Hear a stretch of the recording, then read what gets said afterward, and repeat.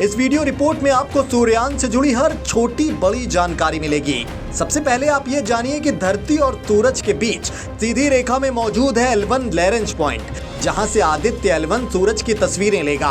सूरज की सतह से थोड़ा ऊपर यानी फोटोस्फीयर का तापमान करीब 5500 डिग्री सेल्सियस रहता है। उसके केंद्र का तापमान अधिकतम 1.50 करोड़ डिग्री सेल्सियस रहता है। ऐसे में किसी यान या स्पेसक्राफ्ट का वहां जाना संभव बिल्कुल भी नहीं है। धरती पर इंसानों की ओर से बनाई गई कोई ऐसी वस्तु नहीं है जो सूरज की गर्मी बर्दाश्त कर सके।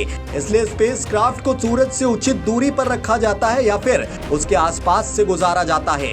ये मिशन भारत की पहली अंतरिक्ष आधारित ऑब्जर्वेटरी है। आदित्य L1 सूरज से इतनी दूर तैनात होगा कि उसे गर्मी लगे तो, लेकिन वो मारा ना जाए, खराब ना हो, उसे इसी हिसाब से बनाया जा रहा है। लॉन्चिंग श्रीहरिकोटा के सतीश धवन स्पेस सेंटर से की जाएगी। इस यात्रा के दौरान आदित्य L1 15 लाख किलोमीटर की यात्रा करेगा, यानी वो सूरज से 14 करोड़ 85 लाख किलोमीटर दूर धरती के करीब रहेगा, जबकि 15 लाख किलोमीटर की दूरी चांद की दूरी से करीब 4 गुना ज्यादा है। लॉन्चिंग के लिए इस्तेमाल किया जा रहा है PSLV XL रॉकेट, जिसका नंबर है PSLV C57। हमारे तारे यानी सूरज की अपनी ग्रेविटी है, यानी गुरुत्वाकर्षण शक्ति।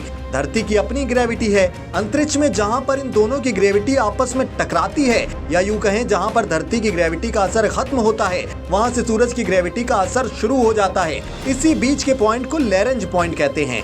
धरती और सूरज के बीच ऐसे 5 लैरेंज पॉइंट चिन्हित किए गए हैं। भारत का सूर्ययान लैरेंज पॉइंट 1 यानी L1 पर तैनात होगा। दोनों की ग्रेविटी की जो सीमा है, वहां पर कोई छोटी वस्तु लंबे समय तक रह सकती है। वो दोनों की ग्रेविटी के बीच फंसी रहेगी। इससे स्पेसक्राफ्ट का ईंधन कम इस्तेमाल होता है, वो ज्यादा दिन काम करता है। जहां तक L1 की बात रही तो ये सूरज और धरती की सीधी रेखा के बीच में स्थित है।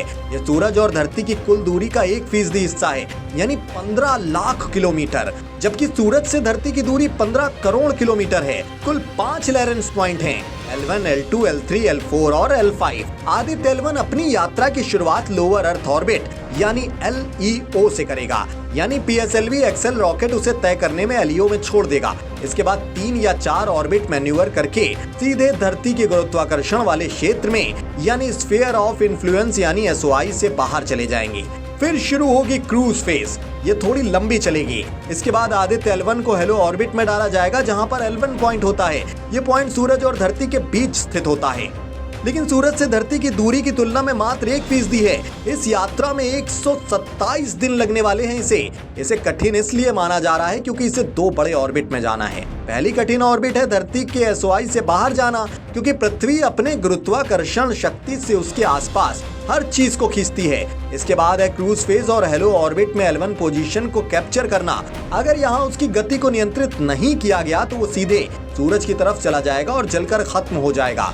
सूरज हमारा तारा है, उससे ही हमारे सौर मंडल को ऊर्जा यानी एनर्जी मिलती है। इसकी उम्र करीब 450 करोड़ साल मानी जाती है। बिना सौर ऊर्जा के धरती पर जीवन संभव बिल्कुल नहीं है।